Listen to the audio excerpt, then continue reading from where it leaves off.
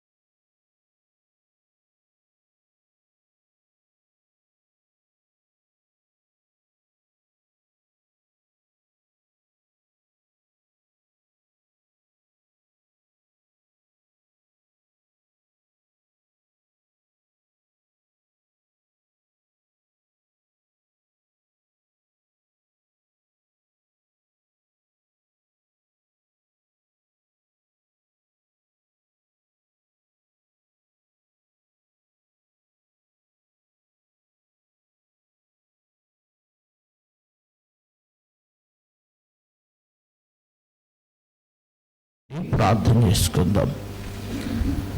అందరూ చక్కగా మోకరించి ప్రభు సహాయం కొరకు, దేవుని వాక్యము కొరకు ఆశతో అందరూ ప్రార్థన చేద్దాం. దయగలిగిన ప్రభువా, నీ పరిశుద్ధ నామానికి వందనాలు. ఈ మంచి అవకాశం మాకు ఇచ్చినందుకు నీకు స్తుతులు చెల్లిస్తున్నాం. నీ సన్నిధానంలో అడుగుపెట్టిన మా ప్రియ బిడ్డలందరిని బట్టి స్తుతులు చెల్లిస్తున్నాం. ఎంతమంది అయితే ఈరోజు నీ మాటలు వింటున్నారో వారందరితో మాట్లాడండి. నిలబడిన నేను నిమిత్త మాత్రుడిని, నువ్వు శక్తిమంతుడివి, మమ్మల్ని సూచించిన వాడివి. మేము ఎలా ఉన్నట్టుగా నీవు నిశ్చయించావో దేవా, మేము అలా ఉన్నట్టుకుని నీ వాక్యము చేత మమ్మల్ని చక్కపరచండి, క్రమపరచండి, ప్రయోజనకరంగా మార్చండి. ఆత్మదేవాన్ని కార్యం ఇక్కడ జరిగించి ఈ క్షణాలు మాకు మేలుకరముగా చేయమని, నన్ను మీకు ఇష్టమైన రీతిలో వాడుకుని మహిమ తెచ్చుకోమని యేసు నామమున అడుగుచున్నాను తండ్రి, ఆమేన్. ఆమేన్. దేవునికి స్తోత్రములు.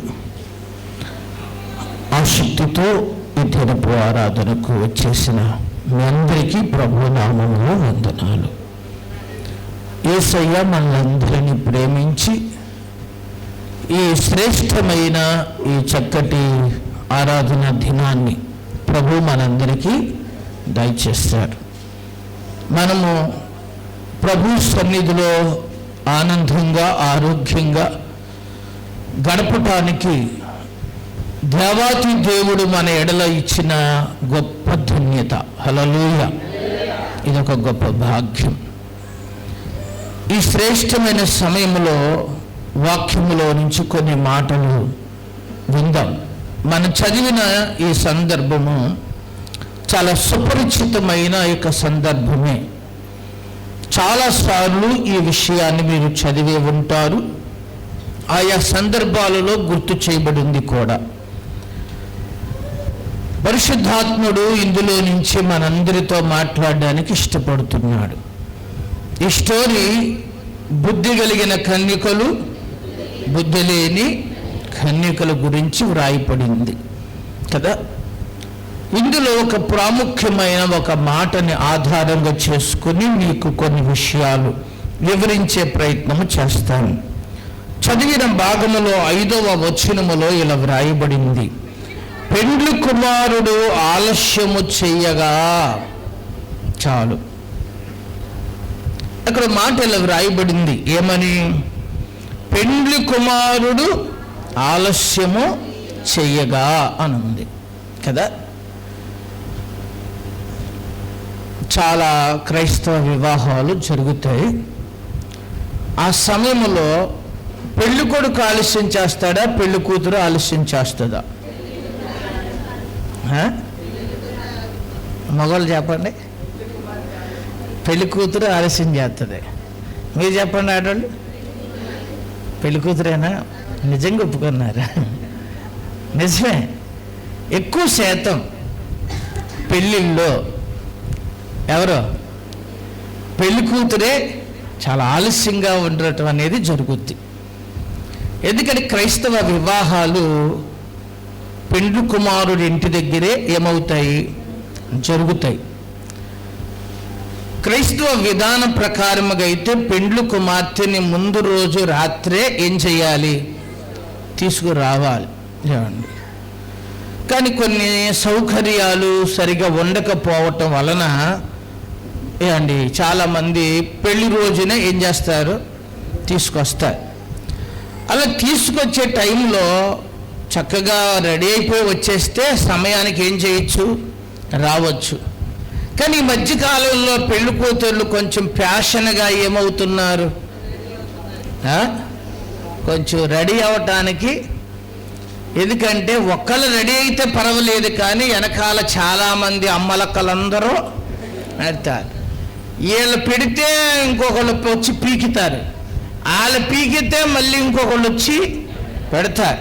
ఇలాగ వీళ్ళు పెట్టి వాళ్ళ పీకి, వీళ్ళు పెట్టి వాళ్ళ పీకి, మొత్తానికి చెప్పండి అలా ఇష్టం వచ్చినట్టు చేస్తున్నారు. అలాగని ఈ మధ్యకాలంలో కొద్దిగా పాపం బ్యూటీ పార్లర్లను తీసుకొచ్చుకుంటున్నారు కొంతమంది, ఈ గొడవ లేకుండా. వాళ్ళు కూడా అది పోమి ఇది పోమి ఏం చేస్తున్నారు? ఒక్కొక్కసారి వాళ్ళకి 2 పెళ్ళిళ్ళు ఉంటే కనుక అక్కడ వేసి ఇక్కడ వేసి వచ్చేటప్పటికి ఏమవుతుంది చెప్పండి? అర్థం మీకు? ఇక్కడ ఒక పెళ్ళి అయితే భోజనాలు అయిపోయాక పెళ్లి చేశాను. ఎందుకు అనుకున్నారా? అమ్మగారు అప్పుడు దాకా ఏం చేయలేదు, రాలేదు. ఒక పెళ్ళి అయితే సాయంత్రం చేసాము. ఇంకా ఎందుకు రారంటే మధ్యలో లారీ ఏదో అడ్డమడిపోయింది రోడ్డుకి, సింగిల్ రోడ్ అది ఆ సింగిల్ రోడ్లో లారీ మధ్యలో ఆగిపోయింది అంతే. అది అటు ఇటు వెళ్తానికి లేదు. మొత్తానికి దాన్ని బయటకు పంపించి పెళ్లి కూతురు వచ్చేటప్పటికి ఏమైందనుకున్నారు? ఇంకా సాయంత్రం చేసామన్నమాట. ఏ పెళ్ళి? కొన్ని పెళ్ళిళ్ళు అవుతారు సహజంగా వాళ్ళు 12ంటికి ఏమవుతారు? అవునా? కానీ జాగ్రత్తగా గమనించవలసిన విషయం, క్రైస్తవ వివాహములో చక్కగా సమయానికే ఏమయ్య రావటం అది చాలా విలువైన కార్యక్రమము కాబట్టి, చాలా ఉన్నతమైనది కాబట్టి, పరిశుద్ధ గ్రంథము కూడా దానికి చాలా ఒక హోందాతనాన్ని కల్పించింది కాబట్టి, దానికి ముందే ప్రిపరేషన్ అయ్యుండి పెళ్ళి కొడుకు పెళ్ళి కూతురు కూడా ఏమై ఉండాలి? సమయానికి ఉంటే అది దేవునికి మహిమార్థముగాను అక్కడ అనేక ప్రజలకి క్షేమార్థంగాను ఏమవుద్ది? అడుగుద్ది. హల్లెలూయా. కానీ ఇక్కడ ఒక విషయం రాయబడింది. ఏమని రాయబడింది? పెండ్లి కుమారుడు ఏం చేస్తున్నాడంట? ఆలస్యము చేయుచున్నాడు. ఇంతకీ ఆ పెళ్లి కుమారుడు ఎవరు కదా? ఆయన దేవుని కుమారుడు అని పిలువబడ్డాడు, నజరేయుడు అని పిలువబడ్డాడు. ఆయన దావీదు కుమారుడు అని పిలువబడ్డాడు కదా. ఇంకా ఆయన ఎలా పిలువబడ్డాడు? వడ్లవాని కుమారుడు అని పిలువబడ్డాడు, మరియా కుమారుడు అని పిలువబడ్డాడు. ఎవరు? యేసుప్రభు వారికి ఇలాగా ఆయా సందర్భంలో ఏం చేయబడ్డారు? పడ్డాడు. అలాగే ప్రవచనకర్త అయిన యెషయా గారైతే ఏం చెప్పాడు? ఆయన ఆశ్చర్యకరుడు, ఆలోచనకర్త, బలవంతుడైన దేవుడు, నిత్యుడగు రీ అన్నాడు కదా. ఇలాగ ప్రభువును గురించి పిలువబడింది. ప్రకటన గ్రంథములో యోహాను గారు అయితే ఏం చెప్పాడు అని అంటే, గొర్రెపిల్ల వివాహ మహోత్సవము అని ఆయన గొర్రెపిల్లగా ఏం చేశాడు చెప్పండి, చెప్పాడు. అదే విషయానికి వస్తే యోహాను గారు కూడా చెప్పాడు, లోక పాపములను మోసుకొని పోవచ్చున్న దేవుని గొర్రెపిల్ల అన్నారు. ఎవరిని కదా? ఇప్పుడు మనం గమనించవలసిన విషయం, పెండ్లి కుమారుడు ఎవరెంతకే చెప్పండి. పెళ్లి కొడుకు ఆలస్యము చెయ్యొచ్చు కానీ చెప్పండి, పెళ్లి కూతురు ఆలస్యం చెయ్యొచ్చా చెప్పండి. పెళ్లి కూతురు ఆలస్యము చెయ్యకూడదు, పెళ్లి కొడుకు ఆలస్యము చెయ్యొచ్చు. అలాగన్నానని చెప్పి పెళ్ళిళ్ళు చేసుకునే వాళ్ళు ఎవడైనా, ఆ మధ్య జోషి గారు చెప్పారు ఏమని, పెళ్లి కూతురు ఆలస్యం చేయకూడదంటే కానీ పెళ్లి కొడుకు ఏం చేయొచ్చు అని ఈని దీన్ని గనక ఏం చేసుకోబాకండి. నారేనా ప్రకాశ ఏం చేయబాకండి, నా మీద పెట్టకండి. వాస్తవంగా అండి సమయానికి ఏమవ్వాలని చెప్పిందాక రెడీ ఉండాలి. అయితే ఇక్కడ యేసు ప్రభు వారిని గురించి ఈ మాట ఏం చేయబడింది, ఆయన ఒకవేళ ఆలస్యము చేసినా దానికి ఒక పద్ధతి క్రమము ఉంది. ఆ విషయాన్ని యేసు ప్రభు వారి శిష్యుడైన పేతురు గారు 2వ పత్రికలో ఒక చక్కటి వివరణ ఇచ్చాడు. ఒకసారి ఆ మాట చూద్దాం, చూడండి. క్రైస్తులో పేతురు రాసిన 2వ పత్రిక 3వ అధ్యాయము 9వ వచనం, కొందరు ఆలస్యమని ఎంచుకొనినట్లు ప్రభువు తన వాగ్దానమును గూర్చి ఆలస్యము చేయవాడు కాడు గాని ఎవడను నశింపవలనని ఇచ్చయింపక అందరూ మారు మనసు పొందవలనని కోరుచు మీ ఎడల దీర్ఘశాంతము గలవాడై నాడు. చాలు. ఇక్కడ పేతురు గారు క్రీస్తు ప్రభువుని గురించి మాట్లాడవలసి వచ్చినప్పుడు ఇలా అంటాడు, కొందరు ఆలస్యమని ఎంచుకొనినట్లు ప్రభు తన వాగ్దానమును గూర్చి ఆలస్యము చెయ్యవాడు కాదు. ఎవరంటే ఆయన, మీరు అనుకున్నట్టు ఆయన ఆలస్యము చేసేవాడేమీ కాదు. అయితే ఆయన ఆలస్యం ఎందుకు చేస్తున్నాడు? అక్కడ రాయబడింది వివరణ ఏమని, అందరూ ఏమవ్వాలి, మారు మనసు పొందుట కొరకు ఆయన ఇంకా ఏం చూపిస్తున్నాడంట, దీర్ఘశాంతము వచ్చేయాలనిపిస్తుంది ఆయనకి. సంఘాని కోసం వచ్చేయాలనుకుంటున్నాడు ఆయన, కానీ ఇంకా ఆయన ఏం చేస్తున్నాడంట, ఓపిక పడుతున్నాడు.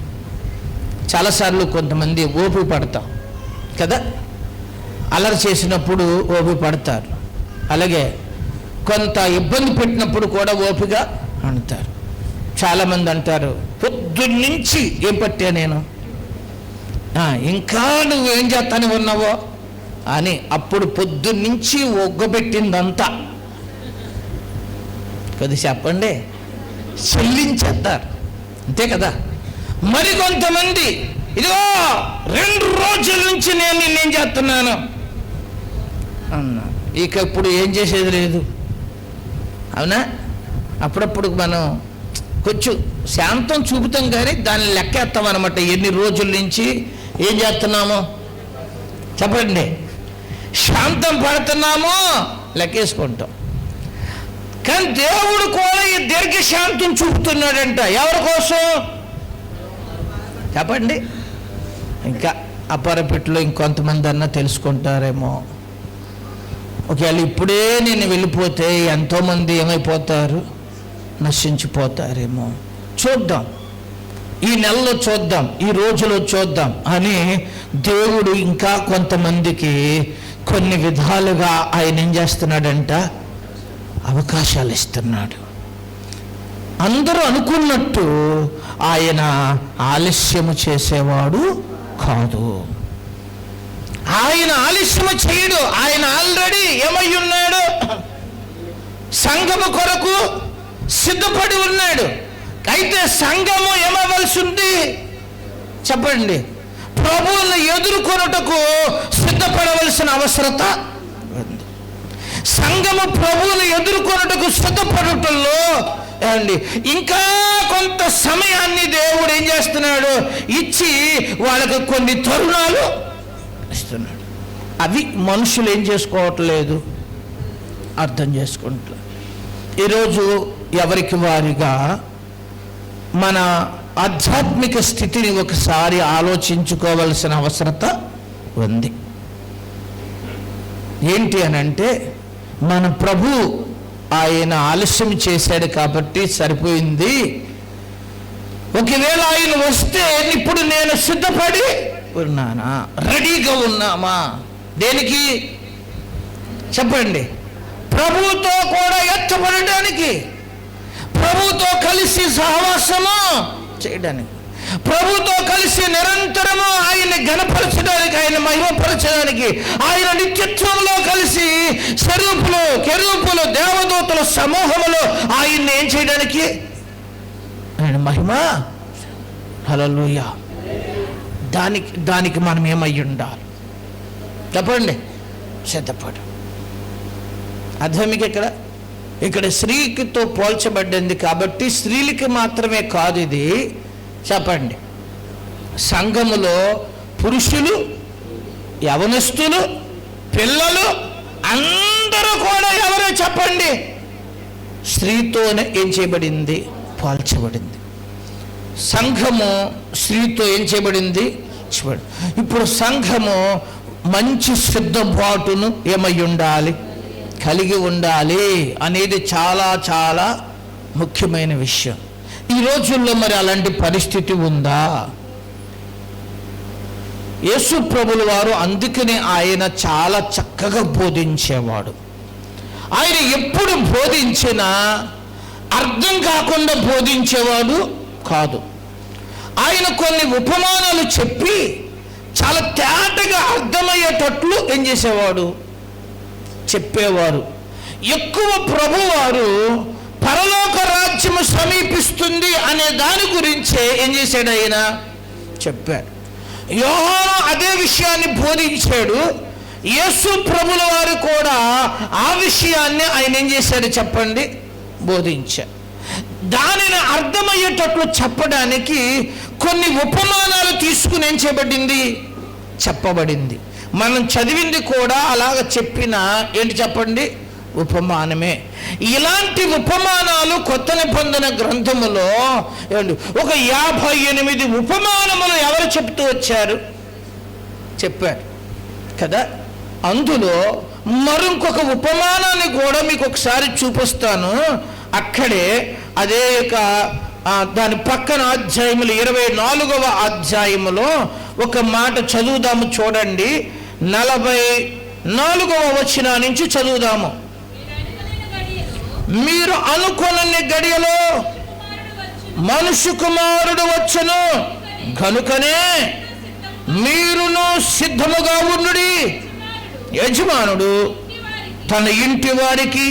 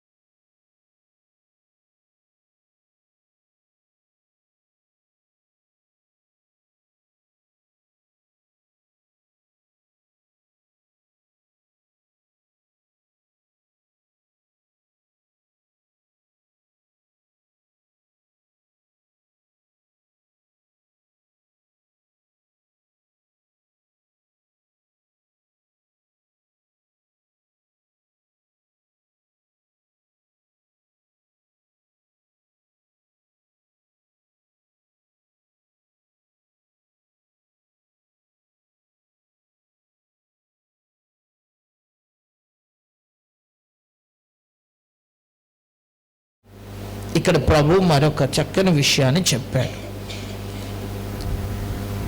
ఒక యజమాని దగ్గర ఒక ఇద్దరు దాసులు కనిపిస్తున్నారు. ఈ సందర్భంలో ఈ ఇద్దరు దాసుల్లో ఒక దాసుని గురించి ముందులా చెప్పాడు.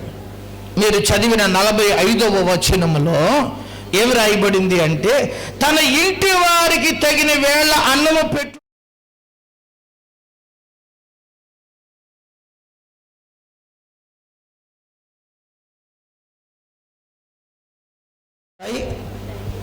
ఈ పనుడి పనేంటి? ఇంట్లో ఎంతమంది అయితే పనివారు ఉన్నారో, ప్రసన్న, ఇంట్లో ఎంతమంది పనివారు ఉన్నారో వాళ్ళందరికీ ఆహారాలు సిద్ధపరిచి ఏం చేయాలి? ఇతను వడ్డించే పని అన్నమాట. ఏ పని అవుతుంది? అందరు ఇక్కడ ఉన్నారా? హల్లెలూయా. మనుషులు ఇక్కడ ఉంటారు, అప్పుడప్పుడు వెళ్ళొస్తారు కదా. ఇది మధ్యాహ్న సమయం, కొంచెం ఎక్కువగా ఏమొచ్చే అవకాశం ఉందిరా శ్రీమంతుడా? నిద్ర వచ్చే అవకాశం ఉంది. ఇక నుంచి నేను కూర్చుని మీరు నుంచునే ప్రసంగం చేస్తే బాగుంటుంది. వచ్చే వారం నుంచి ఆ పని చేద్దాం. ఏ పని చెప్పండి? నేను కూర్చుని మాట్లాడతా, మీరు నుంచుని ఎందారు కానీ. రైట్, శ్రద్ధగా వినాలి. ఇక్కడ దాసుడు కనిపిస్తున్నాడు కదా. యజమానుడు పెట్టుకున్న ఈ యొక్క దాసుడు చాలా మంచోడు. తాను తన యజమానుడు వచ్చేటప్పటికి చక్కగా ఆహార పదార్థాలన్నీ ఏం చేశాడు? సిద్ధం చేసేసి చక్కగా టేబుల్ మీద పెట్టేశాడు. అప్పటికే కొంతమంది అక్కడ ఉన్న పని వారికి ఆహారాలన్నీ ఏం చేశాడంట? పెట్టేశాడు, వడ్డించాడు. అంటున్నావా? ఏం చేశాడు? చక్కగా ఆహారాలన్నీ వడ్డించేశాడు. యజమానుడు ఈలోగా ఏమయ్యాడు? రెడీ అయిపోయి ఇచ్చాడు. ఆ పనివాడు అక్కడ ఆహారాలు వండటం, సిద్ధపరచటం, వచ్చిన వారికి వడ్డించటం, అక్కడ ఏర్పాట్లన్నీ చూశాడు యజమానుడు. చూసి భలే పనివాడు, చాలా మంచోడు, నేను ఏ టయానికైతే వస్తానన్నానో ఆ టయానికి ముందే అన్ని ఏర్పాట్లు ఏం చేసేసాడు? చేశాడు. హల్లెలూయా.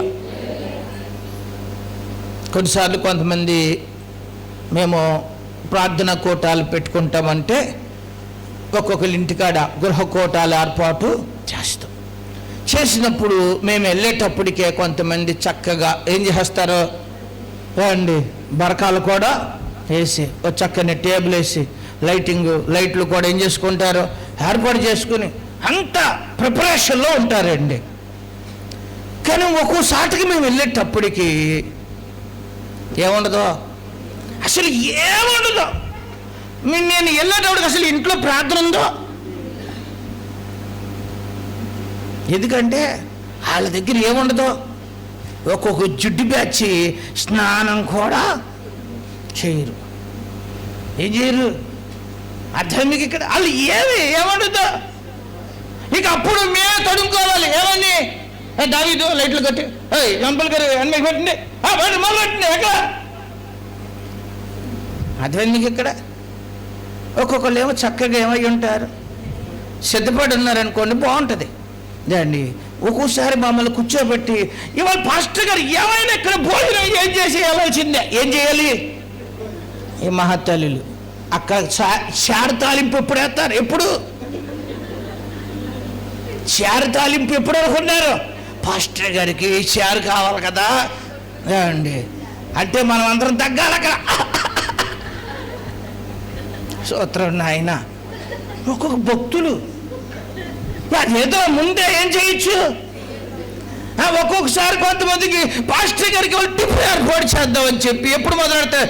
ప్రార్థన మధ్యలో లెగిసి ఇడ్లీ వేయడానికి దేశ అవి ఉంటాయి కదా, ప్లేట్లు గల్ల గల్ల గల్ల గల్ల గల్ల. ఎక్కడ? దానికి జతకి మళ్ళీ ముగ్గురిని జత. ఎవరిని అండి? ఇది కరెక్ట్ అంటారా? చెప్పండి. ఏం చేయాలి? ఏం చేయాలి చెప్ప? ఆ లెగిసింది కాక ఎంతమందికి ఏంటనుకున్నారో, ఎల్లుగుతూ అటు వెళ్తావు, ఇటు వెళ్తావు, అటు వెళ్తావు, ఇటు వెళ్తావు, ఇటు వెళ్తావు. బాబోయ్ పాస్టర్ గారు సలారితే తినండి.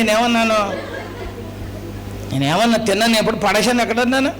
భగవంతుడి పుణ్యం అంటే ఏది పెట్టినా ఎందులో సరిపడ మట్టికి ప్రార్థన చేసుకుని పడేస్తున్నాను. అందులో మెడతడినా చెప్పండి, దోమం పడినా, ఒక్కోసారి నాలుగు కట్టం పెడితే బయట పడేస్తున్నాను, లేకపోతే వెళ్ళిపోతున్నాయి ఎక్కడికి. నా బాధ ఒక బాధ కాదులేండి, ఇంకా అవన్నీ చెప్పను ఇప్పుడు. అర్థమైందా? మా మీద ప్రేమ ఎక్కువైపోయి ఒక్కొక్కళ్ళు ఏం చేస్తారో తెలీదు అండి. ఇక విషయాన్ని జాగ్రత్తగా మీరు గుర్తుపెట్టుకోండి. ఒక మంచి ప్రిపరేషన్ అనేది ముందు. ఆ మంచి దాసుడికి ఉండే లక్షణం ఏంటది చెప్పండి? ఏం చేసుకుంటారు? టైము. ఇది ప్రార్థన పెట్టుకున్నాం కదా, ఈ టైంకి చుట్టాలకి చెప్పేసుకుంటారు, స్నేహితులకి. మనం కొర్నేలు గురించి నేర్చుకున్నాం. ఆయన ఏం చేసాడని ఉంది, అప్పటికే అందరికి చెప్పేసుకుని ప్రిపరేషన్లో ఉండి పేతురు గారు వచ్చేటప్పటికి వస్తున్నారా, అక్కడ ఉండమని స్నానం చేసి వస్తాను, అక్కడ ఉండమని అన్నాడా? గబగబా వెళ్ళిపోయి వెళ్ళిపోయి ఆయన కాళ్ళ మీద. అది అర్థం. ఒక మంచి ప్రిపరేషన్ ఉండాలి ఎప్పుడైనా. ఏం జరుగుతుందంటే ప్రార్థన జరుగుతుందంటే అర్థం మీకు ఇక్కడ. అలాగే ఒక యోగ్యమైన ఒక మంచి దాసుడు ఉన్నాడు. ఈ దాసుడు కూడా చక్కగా ఏం కలిగి ఉన్నాడు చెప్పండి? అయ్యో, నా యజమానుడు నాకు ఈ పని ఏం చేశాడు, అప్పగించాడు అని చెప్పేసి ఈ పనివాడు ఏం చేసుకున్నాడు, నా యజమానుడు వచ్చేటప్పటికి నేను ఈ పనులన్నీ చేసేయాలని అన్ని సిద్ధం చేశాడు. చక్కగా భోజన ఏర్పాట్లన్నీ. ఎందుకంటే యజమానుడు ఆలస్యం చేసినా పర్వాలేదు. ఎవరు ముందు ఉండాలి చెప్పండి? ఎవరు ముందు ఉండాలి? అంతే కదా, పనివాడు ముందు ఉండాలి. ఎందుకంటే అన్ని సిద్ధపాటు చేయాల్సినోడు ముందుంటే ఏమండి, పెండ్ల కుమారుడైనా యజమానుడైనా ఎప్పుడు రావచ్చు. అక్కడ కొంత పని ఏమైపోద్ది, జరిగిపోద్ది. హల్లెలూయా. మీటింగ్లు పెట్టాలనుకోండి, ఆ గ్రౌండ్ శుభ్రం చేసేవాళ్ళు, సౌండ్ సిస్టమ్, లైటింగ్ ఏర్పాటు చేసేవాళ్ళు, వీళ్ళందరూ ఉంటే దైవజనుడు కొంచెం ఏం చేయొచ్చు చెప్పండి? ప్రార్థనాపూర్వకంగా సిద్ధపడి సమయానికి ఏం చేయొచ్చు, రావచ్చు. ఇంకా చక్కని నడిపించే పెద్దలు ఉంటే ప్రార్థన చేసేసి స్టార్ట్ చేసేయచ్చు, పాటలు కూడా పాడుతూ ఉండొచ్చు. ఈలోగా ప్రార్థనాపూర్వకంగా దైవ సేవకుడు రావచ్చు. హల్లెలూయా. అంటే అలా చక్క పెట్టుకునే వాళ్ళు ఉంటే ఎంత బాగుంటుంది. అర్థం మీకు ఇక్కడ? రెచ్చారేనా? ఇటుదా ఎదురుకురా, ఇంకా ఎదురుకు జరుగు, అడుకోవచ్చు, కుదురుకోవచ్చు. రైట్, వినండి. ఇక మనం గమనించవలసిన ఒక విషయం ఏమండి, బైబిల్ గ్రంథంలో ఈ దాసుడు కూడా చాలా మంచి వ్యక్తి, చాలా గొప్ప వ్యక్తి. ఎందుకంటే ఇతడు చక్కగా ఏం చేసుకున్నాడు చెప్పండి? సిద్ధమా చేశాడు. చదివారు కదా మీరు? ఆ మాట చదువుదాం మళ్ళీని. 46వ వచనం.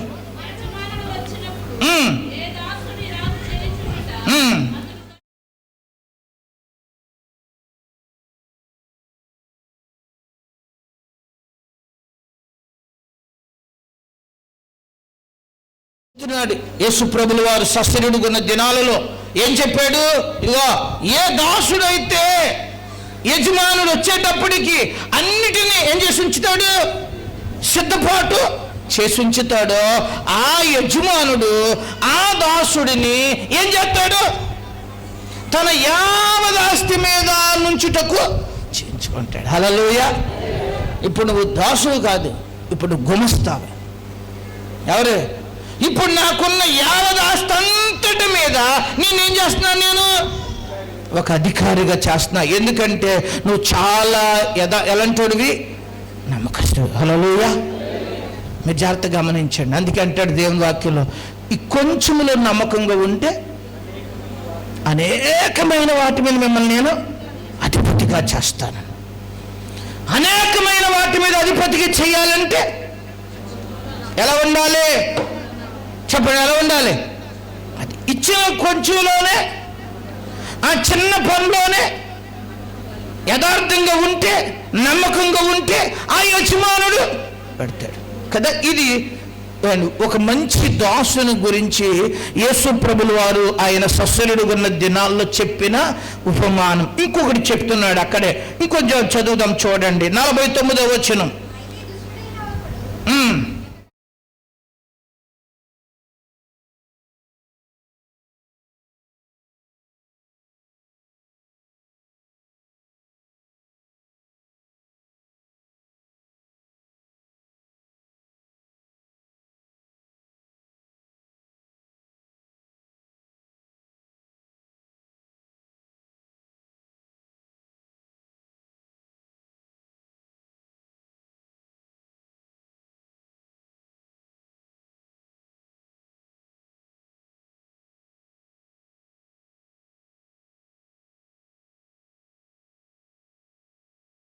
గమనించండి. ఇప్పుడు ఇది ఇంకొక దాసుడు. ఏ దాసుడు? ఈ దాసుడికి ఒక పేరు పెట్టాడు. ఏమని పేరు పెట్టాడు? దుష్టుడైన దాసుడు. ఏ దాసుడు అంట? దుష్టుడైన దాసుడు. ఈ దాసుడికి యజమాని కొంత పని అప్పగించాడు. ఇప్పుడు వీడేం చేస్తున్నాడు చెప్పండి? ఏం చేస్తున్నాడు అండి? మా యజమానుడు ఎప్పుడు ఎలాగొస్తాడో ఆలస్యంగా వస్తాడు, ఆయన ఎప్పుడు లేటుగా వస్తాడు అని చెప్పేసి ఈయన పని చేస్తున్నాడంట. ఏ పని చేస్తున్నాడు అంటే అండి, తోటోళ్ళు ఉంటారు కదా, తోటోళ్ళని ఈయన పెద్ద బాస్ అయిపోయి వాళ్ళందరిలోనూ నా యజమానికి పని అప్పగించాడు పెద్ద బాస్ అయిపోయినప్పుడు వాళ్ళందరినీ ఏం చేయడం మొదలెడుతున్నాడు? కొట్టడం మొదలెడుతున్నాడు. చూసారా? వాళ్ళని తీసుకుని ఏం చేస్తున్నాడు? సరేనా వింటున్నావా? ఏం చేస్తున్నాడు చెప్పండి? కొట్టడం మొదలెడుతున్నాడు. జాగ్రత్తగా మీరు గమనించండి. ఎందుకు కొట్టేస్తున్నాడు వీడు అంటే, నాకు యజమానుడు వచ్చేటప్పటికి ఇంకా చాలా టైము ఉంది, తాగితీగా ఏం చేయొచ్చు, ఆయన వచ్చినప్పటికీ ఏ రోజు వస్తాడో చూద్దాం వచ్చేటప్పటికి అని చెప్పి తాగితీగా ఏం పెట్టుకున్నాడో? దెబ్బలాట. ఒక్కొక్కళ్ళకి దెబ్బలాట ఉంటేనే కానీ ఏముండదు చెప్పరే. దానికి పేరెట్టారు మనోళ్ళు, సందడంట. కొద్దిగా ఏం చేయాలి? సందడి చేయాలి. అర్థం మీకు ఇక్కడ? ఒక్కోసారి కొన్ని సార్లు నేను చూస్తే వీళ్ళు కొట్టేసుకుంటారు ఇవ్వనుకుంటాను అండి. ఒకసారి నేను ఓ ప్రధానానికి పిలిచారు నన్ను. దీనికి అండి కొన్నిసార్లు పెళ్లి కూతురిని తీసుకెళ్ళే ముందు ఏం పెట్టుకుంటారో? ప్రధానం పెట్టుకుంటే ఆ ప్రధాన కోటాన్ని పిలిచారు. అప్పుడు ప్రధానానికి లిస్ట్ ఇస్తారన్నమాట. ఏం లిస్టు? సరుకుల లిస్ట్ కదా. ఏమేమి ఆడపిల్లకి పెట్టాలో ఇవన్నీ ఏం చేస్తారో ఇంత బోర్ రాస్తారు. రాసింది అటే పక్క పెళ్లి కొడుకోళ్ళకి ఇస్తారు. పెళ్లి కొడుకోళ్ళు ఈ ప్రధానం రోజున పిల్లని తీసుకెళ్లే ముందు అవన్నీ పట్టుకుని ఏం చేయలేలో రావాలి. అవన్నీ పట్టుకుని వచ్చి వీళ్ళ సీటు కూర్చుంటారు. ఇటు ఒక 7గురు, అటు ఒక 7గురు, మధ్యలో ఒక టేబుల్ వేసి పాస్టర్ గారిని కూర్చోబెడతారు. అక్కడ నేను నాతో పాటు ఇంకో 3-4 చేరు ఎక్కడ మా అందరి మధ్యలో ఇటో గుంపు అటో గుంపు. చేయాల్సిన ప్రార్థన ఏదో ఏం చేసేసాము, వచ్చేద్దామని లిగిశాను. వెళ్ళకండి ఇంకో మీ పని అన్నారు. ఏ పని అని ఇటు పక్క 7గురు మా పిల్లలు వెంటనే మేము ఇదిగో అన్నీ తెచ్చేసాం అన్నారు. ఎవరు? ఆడపిల్లలు అన్నారు. మన లిస్ట్ ప్రకారంగా తెచ్చారా? తీరా లిస్ట్ ఎక్కడ ఉందో అన్నాడు. వెంటనే సరుకు లిస్ట్ తీసినట్టు తీసేసాడు. ఎవరు? తవలపాకులు వచ్చినాయా? వచ్చినాయి. ఎన్ని వచ్చినాయి? 300 వచ్చినాయా? వచ్చినాయా? ఈ ఒక్కటి వచ్చినాయి. ఇందులో ఒక తెచ్చారా? పసుపు తెచ్చారా? కొమ్ములు తెచ్చారా? చీర తెచ్చారా? అది చీర అది ఒకసారి ఇప్పుడు చూద్దాం.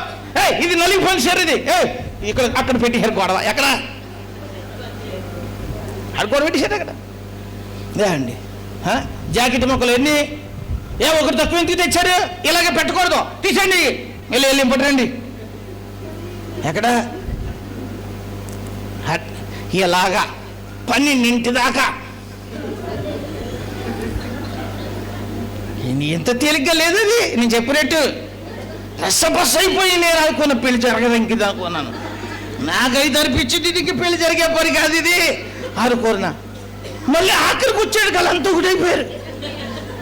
నాకు ఆశ్చర్యం. అదే ఫస్ట్ ఏమో నేను ఏంటి బాబు ఇది అన్న అడిగాను పక్కన పాస్టర్ గారిని. ఇది కొద్దిగా పర్వాలేదు లేండి అన్నాడు. అయ్యి బాబు ఇదేంటిది? ఇది పర్వాలేదండి బాబా. కొన్నిసార్లు అయితే కొద్దిగా సుక్క కూడా ఏం చేసుకుంటారు, వేసుకుని మొదలెడతారు. అది మామూలుగా పండుగ కొద్దిగా మనం ఉన్నాం కాబట్టి కొద్దిగా ఇది ఏంటి అంటే ఏంటంటే అదొక ఏంటంట అర్థం మీకు ఇక్కడ. అప్పుడప్పుడు కొన్నిసార్లు ఎలాంటి దెబ్బలాట సందడి అది కూడా ఏమనుకుంటారో చెప్పండి? సందడి అనుకుంటారు. అర్థం మీకు ఇక్కడ. ఓసారి ఒక లంబాడి వాళ్ళ పెళ్లి గురించి నా స్నేహితుడు చెప్పాడు. మా ఊళ్ళో అతను లంబాడీల మధ్య పని చేస్తున్నాడు, సేవ చేస్తున్నాడు అని చెప్తున్నాడు. మా లంబాడీలు పెళ్లి చేస్తే ఎలా ఉంటుందంటే, అందరూ వేదిక మీద ఉంటే పెళ్లి కొడుకుని పెద్దలు తీసుకెళ్ళిపోయి సిట్టక బాధేస్తారంట. ఎవరిని మామూలు కొట్టరంట. ఈ కాడు ఏమన్నా దెబ్బలు తట్టుకోలేక పారిపోయాడు అనుకోండి, ఇంక పెళ్లి క్యాన్సిల్. ఇంకా ఎందుకంటే ఈ దెబ్బలకి ఈడ ఆగలేకపోతే రేపొద్దున సంసారంలో ఎన్ని బాధలు ఉంటాయి, ఈ తట్టుకోలేకపోతే చచ్చి ఇలాంటి వాడు ఏమావిడ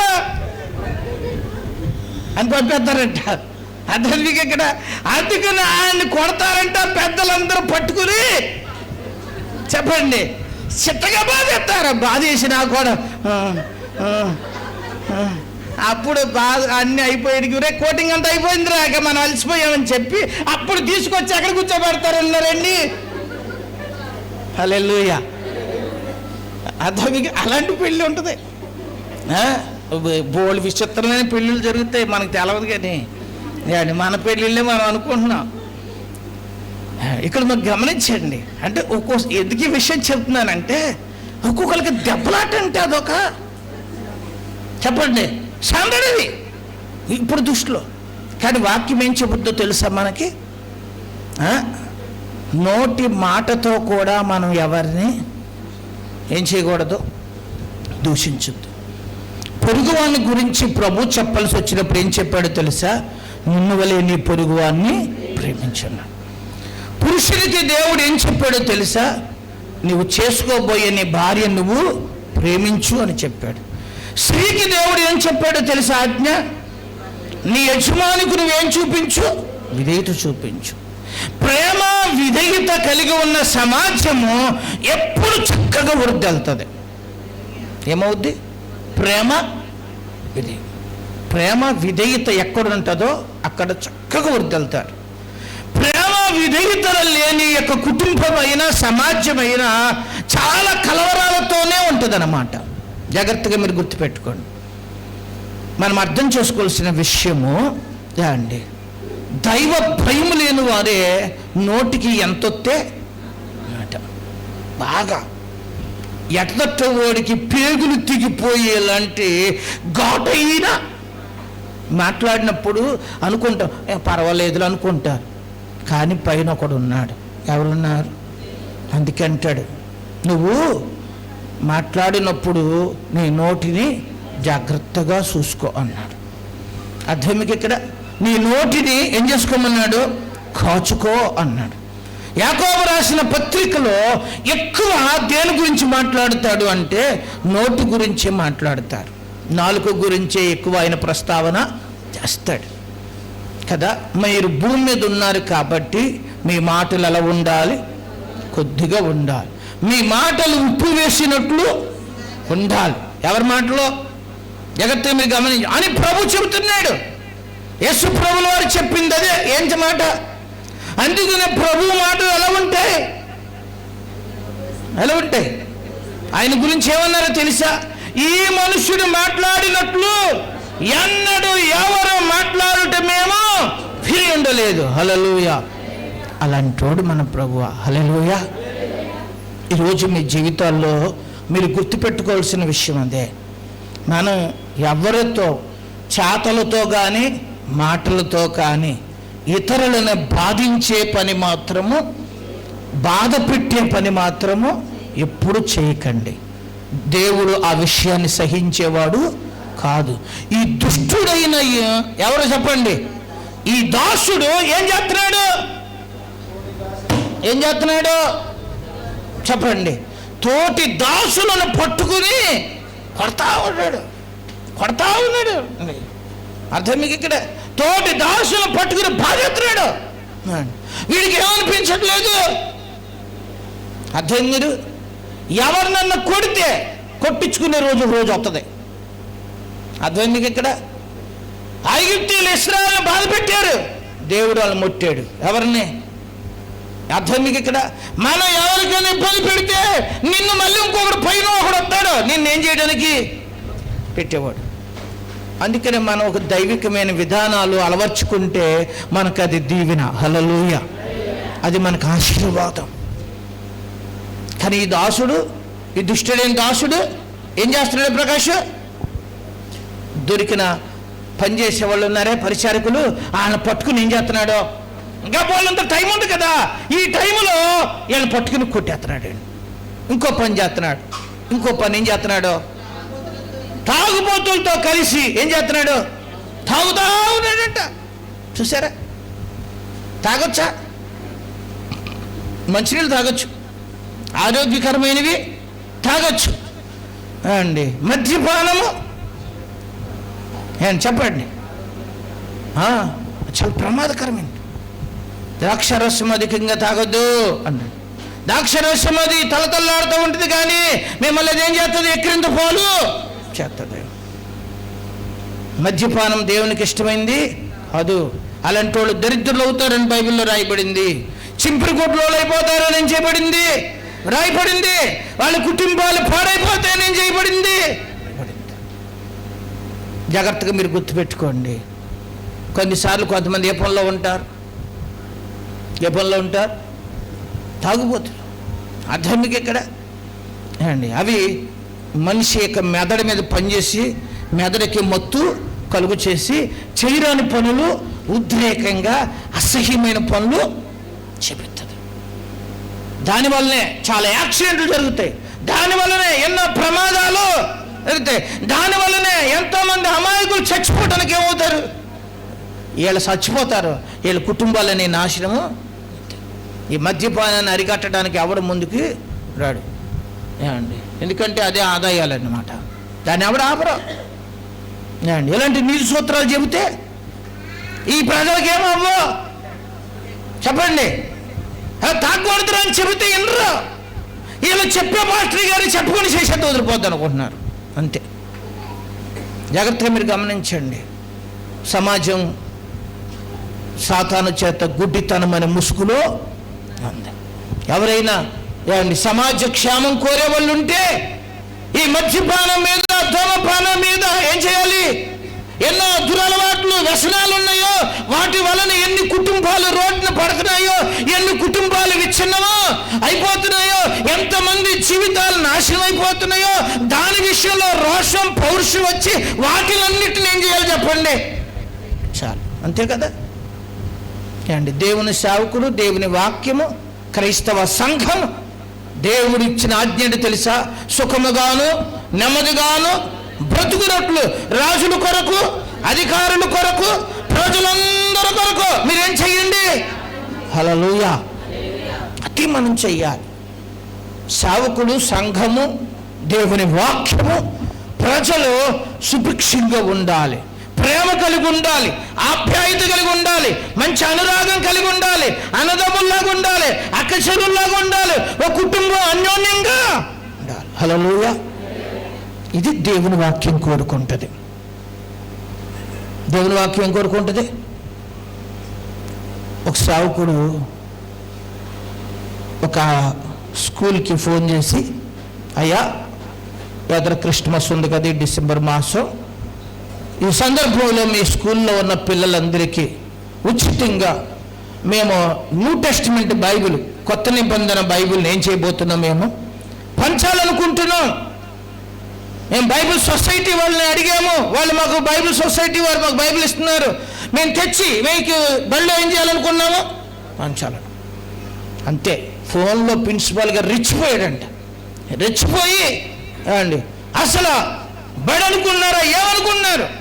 ఇప్పటికే మీరు చాలాసార్లు పంచుతున్నారని నాకేమైంది తెలిసింది, ఏంటి ఈ మత పనులు ఏంటి అని చెప్పేసి రెచ్చిపోయాడు. ఎవరో అని ఆయన ఫోన్ పెట్టేశారు. వాళ్ళు అక్కడితో ఆగిపోయింది.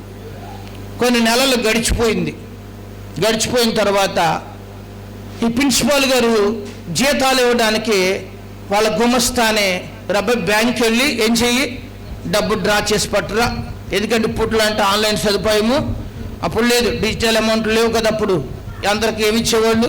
క్యాష్ ఇచ్చేవాళ్ళు. కాబట్టి ఇప్పుడు వెళ్ళి అమౌంట్ పట్టురా అని పంపించాడు.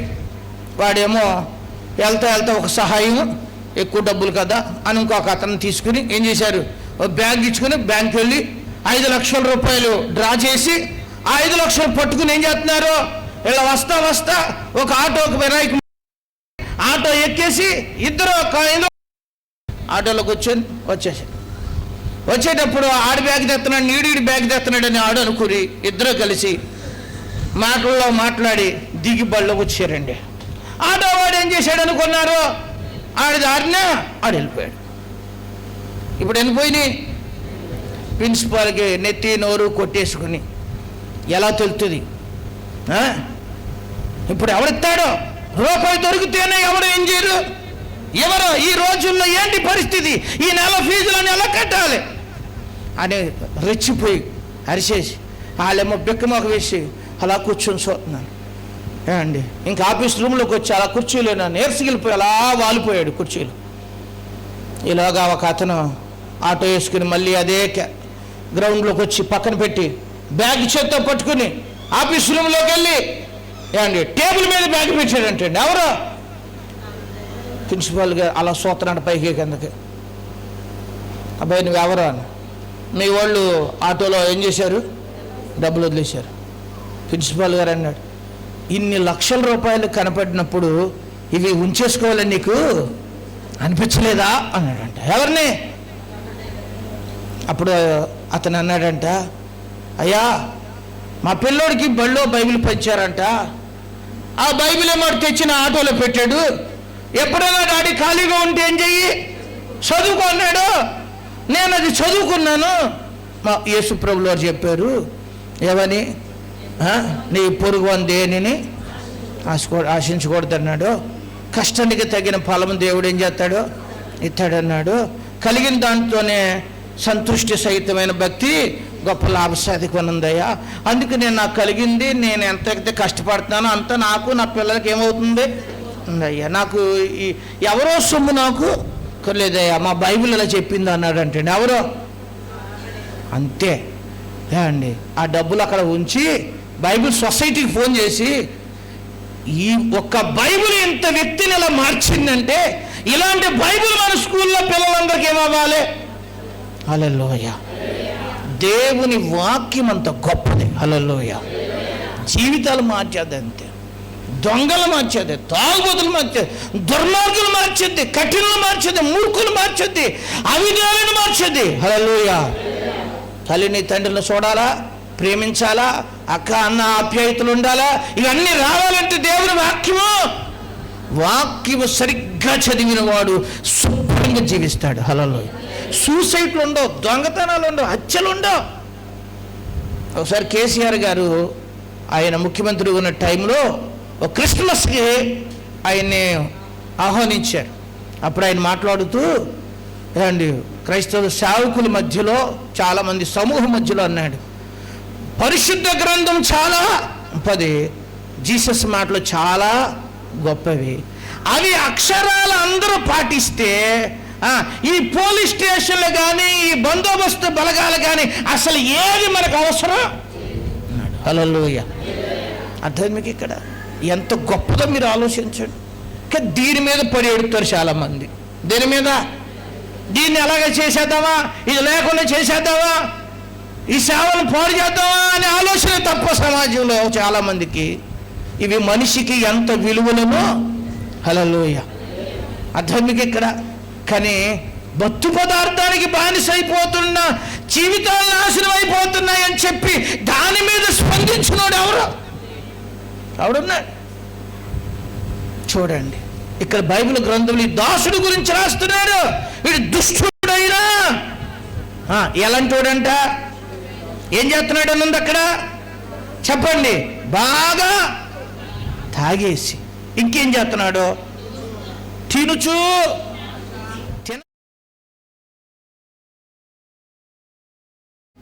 దేనికి పుట్టించాడు?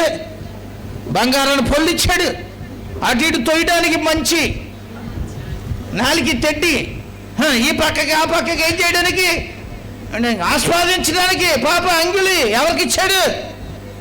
తింటా అండి అలా ఆస్వాదించుకుంటా. హల్లెలూయా.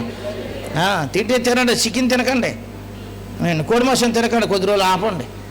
మన గోదావరి జిల్లాల్లో ఈరోజు మనం గమనించాల్సిన విషయం, కొన్ని పరిస్థితులు చాలా ఎలా ఉన్నాయి చెప్పండి, ప్రతికూలంగా కానీ తినొచ్చు. కానీ ఏది పడితే అది. బైబిల్లో ఏలి కుమారులు ఉన్నారు, యాజక సేవ చేసేవాళ్ళు. వాళ్ళు తినొచ్చు, కానీ ఏం తిన్నారు తెలుసా?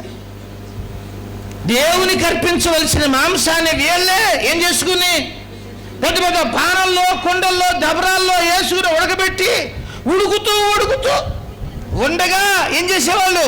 సోలాలతో పొడిచేసి దాన్ని బయటికి లాగి ఆ ఉడుకు మాసు కూడా తినేస్తున్నారు వీళ్ళు. ఎవరో ఓ పక్కన కాలిపోతూ ఉంది.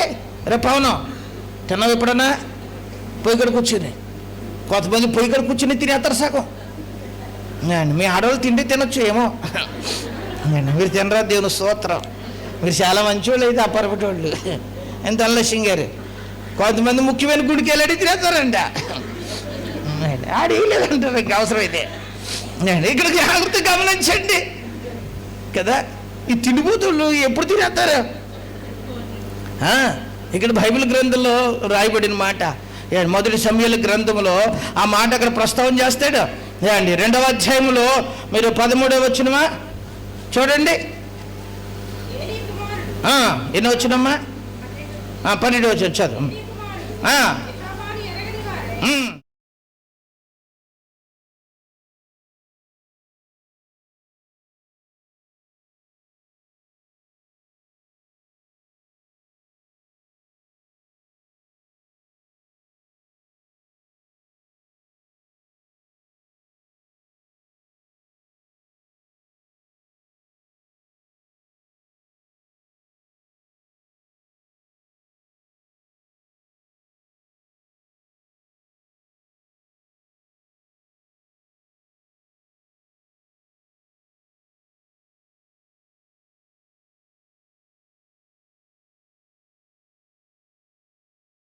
ఏమండి వీళ్ళు పచ్చి మాంసం ఏం చేస్తున్నారు? ఉడుకుతున్న మాంసాలు ఏం చేస్తున్నారు? తినేస్తున్నారు. ఎవరంటారు వెళ్ళండి చెప్పండి? తిండిపోతులు. పరలోక రాజ్యంలో ఎవరుండరో తెలుసా? తిండిపోతులు. ఎక్కడికి వెళ్ళరని ఉంది? ఇంకా ఏ పోతులు? తాగుపోతులు, తిరుగుబోతులు, తిండిపోతులు, వదరపోతులు, తిట్టిపోతులు, మాట్లాడరే, పొగరపోతులు, ఇంకా ఇలాంటి పోతులు చాలా ఉన్నాయి. ఆ పోతుల్లో ఈ పోతుడు ఎక్కడికి వెళ్ళడంట? ఎక్కడికి వెళ్ళడు? ఏ పోతు? అర్థం మీకు ఇక్కడ ఎంత తినాలో అంత ఆనందంగా ఆస్వాదించుకుంటూ శుభ్రంగా ఏం చేయండి. కానీ దేవునికి విరుద్ధమైన పనులు ఇలా చేసి మందసం పాళెంలోకి పట్టుకెళ్ళిపోయి మందసం పట్టబడిపోయేటట్లు చేసి వీళ్ళు చచ్చిపోయారు. ఏలీ గారు మందసం కోసం ఆయన చచ్చిపోయాడు. మందసం పట్టబడిందని తెలిసిన తర్వాత భర్త కూడా చచ్చిపోయాడని తెలిసాక, మాంగారు కూడా చచ్చిపోయాడని తెలిసాక ఏం చేయబడింది చెప్పండి? ఓపుని భార్య కూడా కంటూ పుట్టబోయే కుమారుడికి ఏకాబోతు అని పేరు పెట్టి ఏమైపోయింది? ఇశ్రాయేలులో నుంచి ప్రభావము వెడలిపోయును అని పేరు పెట్టిందండి. ఎవరు చూసారు? ఈ తిండిపోతు తనం ఆఖరికి అంత భయంకరమైన పరిస్థితి. ఈ దాసుడు ఎలా ఉన్నాడు? వీడు ఎలా ఉన్నాడు? వీళ్ళు ఉన్న లక్షణాలు ఏంటి చూడండి. దుష్టుడైన దాసుల్లో నా యజమానుడు ఇప్పుడప్పుడే రాడు, మా యజమానుడు వచ్చడానికి ఇంకా ఏముంది, చాలా టైం ఉంది అని చెప్పి ఈడేం చేస్తున్నాడు? దెబ్బలాటలు పెట్టుకున్నాడు, తాగుతున్నాడు. ఇప్పుడు ఏం చేస్తున్నాడు? తిరుచున్నాడు. తర్వాత కనిపెట్టిన దినములలో వాడనుకున్న గడియలలో వచ్చేసాడు. ఎవరు వచ్చారు చూసారా? వీడేమో సిద్ధపాటు లేకపోతే లేదు. ఏం చేశాడు ఆయన? వీడు అనుకోనని గడియలో ఎవరు వచ్చేసారు చూసారా? బుద్ధిలోని కన్యకుల గురించి కూడా మనం చదివాము. ఇందాక చదివిన భాగంలో చూద్దాము. చూడండి, అక్కడ కూడా మాట రాయబడింది 5వ వచనంలో.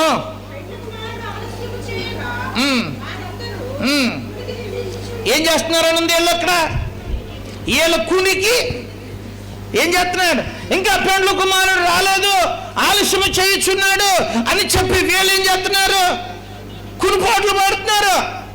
అద్వైంద సౌభాగ్యం గారు ఎవరాళ్ళు? ఇదే బ్యాచ్ యేసమ్మ గారు మొదటి బ్యాచ్, గుద్దుకునే బ్యాచ్, కొట్టుకునే బ్యాచ్. రెండో బ్యాచ్ తాగుబోతులు బ్యాచ్, మూడో బ్యాచ్ తిండిబోతు బ్యాచ్, నాలుగో బ్యాచ్ కునికే బ్యాచ్. వీళ్ళు ఏం చేస్తారు? సో హల్లెలూయా హల్లెలూయా కార్యం చేయలేను అండి. కురుకుడు బ్యాచ్ ఏంటంటే ఇంకా రెడీ అవ్వచ్చులో ఉందా, టైం ఉంది, వస్తాలే. ఎవరు యేసుప్రభు గారు ఇంకా పెళ్లి కొడుకు వచ్చే టైం ఇంకా ఉందని. వీళ్ళు ఏ బ్యాచీలో ఉన్నారు? వీళ్ళు చెప్పండి. కునికే వాళ్ళు ఉన్నారా? వీళ్ళ సంగతి ఎలా ఉంటుందో చూపిస్తాను తర్వాత. ఎక్కడ అర్థం మీకు? ఇక్కడ ఎక్కడ కొనకూడదు ఏమండి? ప్రభు వచ్చే కాలంలో ఉన్నాం. ఇది కునికే కాలం అండి. ఏమన్నాడు తెలుసా దేవుని వాక్యం? తెస్సలోనికి రాసిన పత్రికలో, నిద్రపోయేవాళ్ళు ఇప్పుడు కాదురా పడుకునేది. ఎప్పుడు? రాత్రులు మనం పడుకోవాలి. ఇది రాత్రి కాలం కాదు, ఇదే కాలము, ఇది పగటి కాలము. ఇప్పుడు దుష్టుడు సాధారణుడు ఎవరైనా మెరుగుతామని ఏం చేస్తున్నాడు? వెతుకుతూ తిరుగులాడుతున్నాడు. ఈ ఆడు తిరుగుతున్న టైంలో మీరు కురికితే ఎలాగా? కురికితే ఏం చేస్తాడు? కురికితే ఏం జరుగుద్ది చెప్పండి? కళ్ళు మూసుకుని వచ్చేస్తారు కొంతమంది. కళ్ళు మూసుకొని వచ్చి పాను నడుము మీద వేసేస్తారు అడుగు. అది కలిసి చెప్తుంది, బాబా దేవుడా ఏం చేశావు అంటే, నువ్వు నిద్రతో వెళ్ళి ఏం చెయ్యి చెప్పండి? నిద్రతో వెళ్ళిపోయి పడిపోతారు వీళ్ళు. నిద్రతో వెళ్ళిపోవచ్చు తొక్క మీద వేసేస్తారు. నిద్రతో ఎక్కడ? మనం ఎలా ఉండాలి? అర్థం మీకు ఇక్కడ ఎపిసోడ్ రాసిన పత్రికలు ఏం రాస్తాడు తెలుసా అండి? అజ్ఞానుల వలె కాక జ్ఞానం వల్ల మీరేం చేసుకోండి, మెలకుగా మనం ఎలా ఉండాలి? యేసు ప్రభు వరకు చెబుతాడు ఏమని? శోధనలో ప్రవేశించుకున్నట్టు ఎలా ఉండండి? చాలా మెలకుగా ఉండాలి, మత్తుగా ఉండకూడదు. ఏమో ఎప్పుడు ప్రభు రాకూడదో తెలీదు. లోకం చూస్తే భయంకరంగా ఉంది. ఈ విపత్తులు చూస్తున్నాం, చాలా అపాయాలు చూస్తున్నాం, చాలా బీభత్సమైన పరిస్థితులు చూస్తున్నాం. కొన్ని యుద్ధాలు జరుగుతున్నాయి. కొన్ని యుద్ధాలకు రెడీగా కాల్ ఏం చేస్తున్నారో దూతున్నారు. రేపో మాపో మళ్ళీ యుద్ధాలు మొదలైపోతానికి రెడీగా ప్రపంచం కనిపిస్తుంది. ఇలాంటి పరిస్థితుల్లో సంఘం ఎలా ఉండాలి? ఎలా ఉండాలి? మెలకుగా ఉండి ప్రార్థన, ప్రభువా నన్ను రక్షించు, నా కుటుంబాన్ని. అంతే. ఒక చక్కటి మెలకువ. మెలకువ అంటే ఏంటి తెలుసా మీకు? మెలకువ అంటే నిద్రపోకుండా కూర్చోమని కదా. రాత్రి అంతా కళ్ళు అలా పెట్టి కూర్చోవాలేమో పాస్టర్ గారు, పడుకోద్దారు. అలా పడుకోకుండా ఉన్నారు చచ్చిపోతారు. పడుకునే టైం పడుకోండి. పడుకున్నా చెప్పండి ఒక మెలకువ. ఎవరేం చేస్తున్నారు అబ్జర్వేషన్ చేస్తాను. ఒకవేళ దులపాల్సి వచ్చిందనుకో, బల్ల ఎక్కారనుకో, ఎక్కేటప్పుడు ఒక మెలకు ఉండాలి. నేను ఎక్కితే నా బరువుకి ఇది. ఒక్కొక్క మొద్దు మొహం వాళ్ళు ఏం చేయరు, ఇక ఎక్కేత్తమే. ఎక్కేస్తే అది పడాలి, బదులైపోతే అలా ఆడిపోతారు. పడిపోయినా దేవా దేవా ఇంకేదేమిటి ముందేం చేసావు అది చూసుకోగా. అర్థం మీకు ఇక్కడ రండి. పిల్లల క్వశ్చన్ కూడా అంతే రండి. పిల్లలు ఆడుకుంటాడు, తిరుగుతున్నాడు, పర్లే ఆడికి ఎందుకులేండి, అది ఇప్పుడు ఎందుకు ఆడికి అని వదిలేస్తారు. ఆడి తర్వాత సిగరెట్ వెళ్ళకి ఇచ్చిన తర్వాత అయ్యి బాబు నా కొడుకు ఎప్పుడు మొదలెట్టేయండి బాబు. ఎప్పుడు మరి ముందే ఇలా అక్కడ కూర్చోబెడితే చెప్పరే? వాళ్ళు పాడైపోయాక ఎడుతున్నారు. ఇప్పుడు ముందేం చేయండి? బైబిల్ గ్రంథంలో రాయబడింది, బాలుడు నడవలసిన మార్గంలో వాడు పెద్దోడయ్యప్పకి ఏమోడో. ముందు మెలకు కలిగి ఉండండి. ముందేమో మెలకు ఉండవు, ముందు వదిలేస్తాం ఎప్పుడునే. ఆ తర్వాత నెత్తి నోరు. అది మెలకువ చాలా చాలా మీ జీవితాన్ని కట్టుకోవడానికి, కుటుంబాన్ని కట్టుకోవడానికి, మంచి పరిస్థితులు కట్టుకోవడానికి, ఆర్థిక పరిస్థితులు బాగుండటానికి, ఆరోగ్య పరిస్థితులు బాగుండడానికి. ఆరోగ్య విషయంలో మెలకు కావాలి, ఇల్లు విషయంలో మెలకు కావాలి, పిల్లల విషయంలో ఏం కావాలి, అన్నిట్లో మెలకు కలిగిన వాడు హ్యాపీగా బ్రతుకుతాడు. హల్లెలూయా. ఈ బ్యాచ్ ఏ బ్యాచ్ ఇది? ఏ బ్యాచ్ ఇది? ఏ బ్యాచ్? బుద్ధి గలవాళ్ళ బుద్ధి లేని వాళ్ళ? బుద్ధి లేని వాళ్ళు ఏం చేస్తున్నారు? ప్రజ్ఞ ఏం చేస్తున్నారు? చదవండి. ఎక్కడ 6వ వచనం చదివాము. కునికి ఏం చేస్తున్నారు? నిద్రించుచుండిరి. ఎప్పుడు? కునికి ఏం చేస్తున్నారు? కానీ ఈలోగా ఎవరు వచ్చేసారు? పెండ్లి కుమారుడు వచ్చేసాడు. పెండ్లి కుమారుడు వచ్చేసాడు. పెండ్లు కుమార్తె సిద్ధపడిన వాళ్ళందరూ ఏం చేస్తున్నారు అనుకున్నారు? బుడ్డి నిండా ఏం చేసుకున్నారు వాళ్ళు? బుడ్డిలో నూనె అంటే ఏంటో తెలుసా? వాక్యమే. వాక్యాన్ని బుడ్డి నిండా ఏం చేసుకోవాలి? ప్రార్థన, వాక్యము, ఆత్మీయత అంత బుడ్డి నిండా చేసుకోవాలి. హల్లెలూయా. దీపాలు తెలుసా మీకు? దీపం బుడ్డి నాకు తెలుసా? వాళ్ళు చేయొత్తండి. కిరసనాల బుడ్డి కానీ సీసా బుడ్డి తెలుసు అన్న వాళ్ళే. కరుణ నీకు తెలవదా? ఏం సూత్రం. కొవ్వొత్తి తెలుసు కదా నీకు? ఇంకా ఏమండి ఇదివరకు ఇంత సీసా బుడ్లు ఉండి ఏమండి ఆ బుడ్లో ఏం పోసుకునే వాళ్ళం? కిరసనాలు పోసి ఒత్తి పెట్టి పైన మొగ ఉసిములి ఉండి సాయంత్రం అయ్యేటప్పటికి శుభ్రంగా దాంట్లో కిరసనాలు పోసేసి అద్దం తుడిచేసి రెడీగా మూల అది సగమే పోసుకున్నాం అనుకో, అన్నం తినేటప్పుడు టక్కి పోతాయి, ఆరిపోతే ఎప్పుడు ఒక్కొక్కళ్ళు ఇలా ఉంచేవాళ్ళు. దాన్ని ఎలాగా ఇలా ఉంచేవాళ్ళు బొగ్గురు మండేది ఏది అది కనుక ఇలా మండి అలా మండి మొత్తం తొత్తుతో సహా ఏమైపోయేది. ఇలా ఎవరు చేసే పనులు ఇవి? బుద్ధి లేని వాళ్ళు చేసే పనులు ఇవి. బుద్ధి గలవాళ్ళు ప్రకాష్ ఏం చేస్తారు? సరిగ్గా ఇవాళకి ఇది అయిపోద్ది, ఇక్కడికి పోసేసుకోవాలి. అలాగే వాక్యాన్ని కూడా మీరు ఏం చేసుకోవాలి? ఎప్పుడు కూటం ఉంటే అప్పుడు వచ్చేసి తైలం పోసేట్టుగా ఎందులో ఈ ఆదివారం వచ్చి మళ్ళీ ఆదివారం దాకా రాలేదనుకో, ఈ బుడ్లు ఎంత పడతాయి చెప్పండి? అలాంటి సుక్కలు సంవత్సరానికి 52 సుక్కలు ఆడుతున్నాయి ఎందులో? మరి పెండు కుమారుడు వచ్చేటికి ఈ సుక్కలన్నీ చెప్పరా? అప్పుడు వాళ్ళ సంగతి ఏంటి? అలాంటి బుద్ధి లేని వాళ్ళందరూ కలిసి బుద్ధిగా దగ్గరికి వెళ్ళి రే ఒక సుఖపోయారా నీకు నాకు ఏమవుతా, నాకు ఇప్పటికి సగం అయిపోయింది, ఇంకెప్పుడు వస్తాడు ఆయన? నేనెవరో అన్నాడు. ఎవరో రే ప్లీజ్ రా వెళ్ళి కొట్టుకాడికి వెళ్ళి ఏం చేసుకో, కొనుక్కోవాలి, నీకు నాకు ఏమవుదు అన్నారు. ఎవరో ఈ బుద్ధిగల వాళ్ళు ఎవరో? మీరే బ్యాచ్? బుద్ధిగల బ్యాచ్, బుద్ధిలేని బ్యాచ్యా? బుద్ధిగల బ్యాచ్ అయితే ప్రతి నియమం కూటానికి ఏం చేయాలి? శనివారం ప్రార్థనకి ఏం చేయాలి? ఆదివారం శుక్రవారం ప్రార్థనకి ఏం చేయాలి? మధ్యలో ఎక్కడ కూటం పెడితే ఏం చేయాలి? మీ ఇంటికి వచ్చిన వాళ్ళు ఇంటికే రావాలి. చెప్పరే?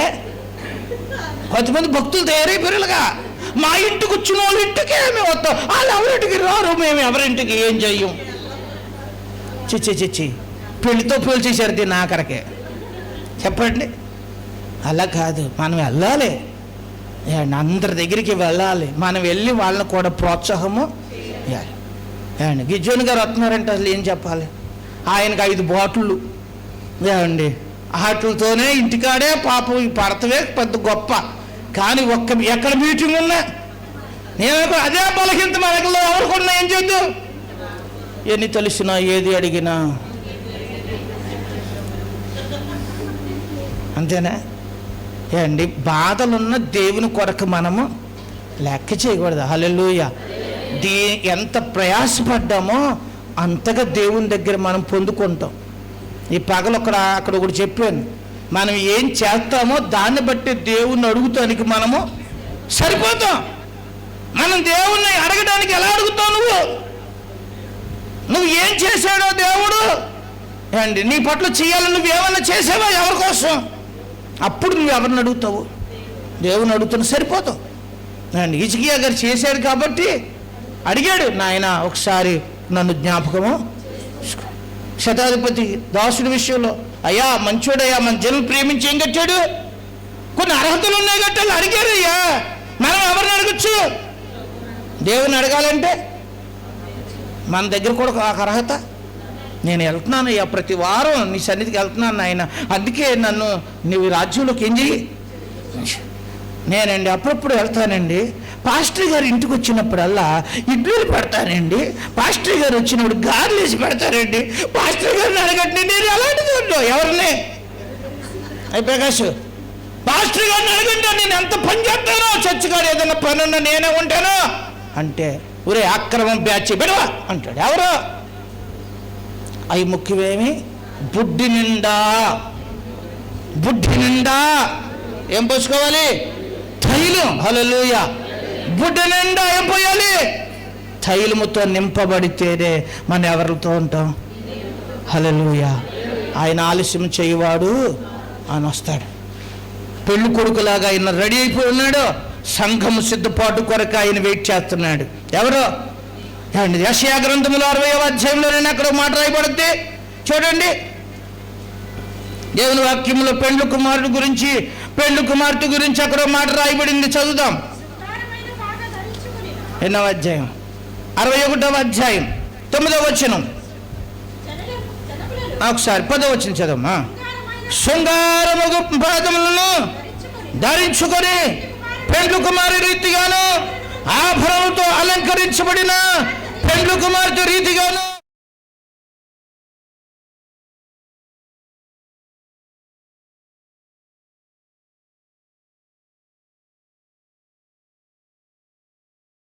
బాగా ధరించిన పెండ్లి కుమారుడు రీతిగా ఆయన రాబోతున్నాడు. సంఘం ఎలాగుండాలి? ఆభరణలతో. ఏ ఆభరణలో అని మరి నన్ను అడిగారు అనుకోండి, పాస్టర్ గారు నక్లీస్ కొనుక్కోవాలి, యేసుప్రభు వచ్చేటప్పటికి గాజులు అవుతే తీసుకెళ్తా అనుకోండి. మీరు ఏం వేసుకోవాలో పేతురు రాసిన మొదటి పత్రిక 3వ అధ్యాయం 1వ వచనం నుంచి అక్కడి నుంచి చదివేసుకోండి. మగవాళ్ళకి ఆడవాళ్ళకి ఇద్దరికి ఉంది. ఎక్కడ ముందేమో స్త్రీ ఎలా ఉండాలో రాశాడు, తర్వాత పురుషుడు అని ఉండాలి. హల్లెలూయా. ఈ ఆభరణాలన్నీ ఏం చేసుకోమన్నాడు చెప్పరే? ధరించుకుని ఆయన రక్షణను వస్త్రము ఆయన చేస్తున్నాడు. నీతి అనే పైబట్ట నాకేం చేశాడు చేశారా? అందుకనే మనం ఎలాగా పెండ్లి కుమారులాగా ఏమై ఉండాలి? ఆయన ఆలస్యం చేయవాడు కాదు. మనం చదువుకున్న భాగంలో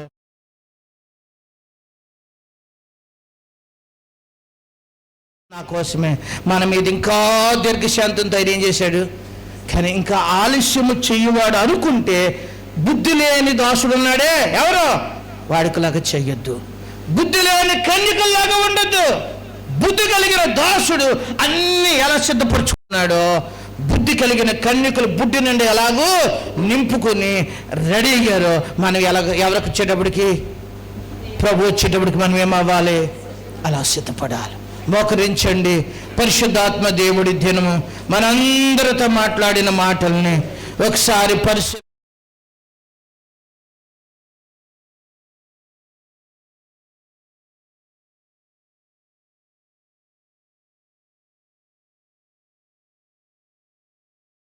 దేవుని దగ్గర ప్రార్థన చేసుకుందాం. అందరూ ప్రార్థన చేసుకోనండి. ఒక క్షణము తండ్రి, దేవా, బుద్ధి లేని దాసుడులాగా కాదు నాయనా. అయ్యా, బుద్ధి లేని దాసుడు శిక్షించబడ్డాడు. కత్తి చేత భక్తిహీనులతో సహా అతను నరకపడ్డాడు. అతన్ని తీసుకెళ్ళి చీకటి బిలుములో పడేశారు. అక్కడ అగ్ని ఆరదు, పురుగు సావదు, యాతన పరిస్థితిలో అతను అన్నాడు. తండ్రి, నేను ఆ దాసులాగా కాదు, నా యజమానుడు వస్తున్నాడు అని నేను ముందే అన్ని సిద్ధపరుచుకున్న సిద్ధపాటు కలిగిన అయ్యా వ్యక్తిగా నన్ను చేయనాయనా. ఈరోజు ఆలోచించండి.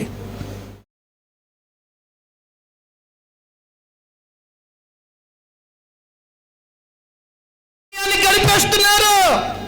ఈ రోజుల్లో గొడవలతో సమయాన్ని గడిపేస్తున్నాము. జాగ్రత్త, గొడవలు వద్దు. ఎవరితోనూ ఎప్పుడు గొడవలు పెట్టుకోవద్దు. గొడవలొద్దు, గొడవలకి కాలు తోవద్దు. వాడు గొడవలకు ముందున్నాడు. తండ్రి, ఇక్కడి నుంచి నేను ఎవరితోనూ గొడవలు పెట్టుకోనయ్యా, ఓ మంచి తీర్మానం చేసుకోండి. తాగుబోతు అయిపోయాడు. అలాంటి తాగుబోతులుగా ఎవరైనా ఉంటే నరకంలో పోతావు.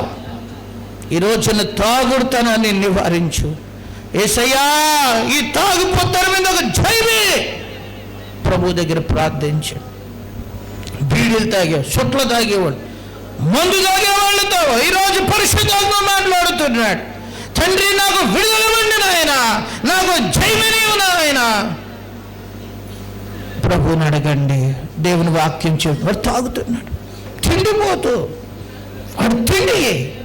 దేవా, తిండి నన్ను ఎంతో నష్టపరుస్తుందేమో, నన్ను సామరోణం చేస్తుందేమో, నేను ప్రార్థన పొరలో ఉన్నలేదేమో, తిండి నన్ను ఎంత పాడు చేస్తుందేమో. ప్రభా, నాకు అది తిండి అవుతుంది ఆయన.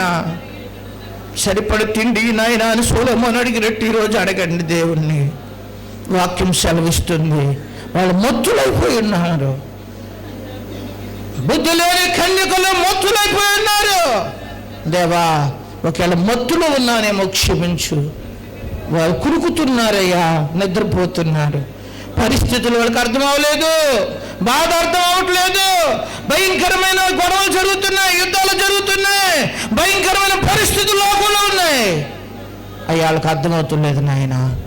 దేవుని దగ్గర ప్రార్థన చేసుకుని అందరము మొరపెట్టుకుందాం.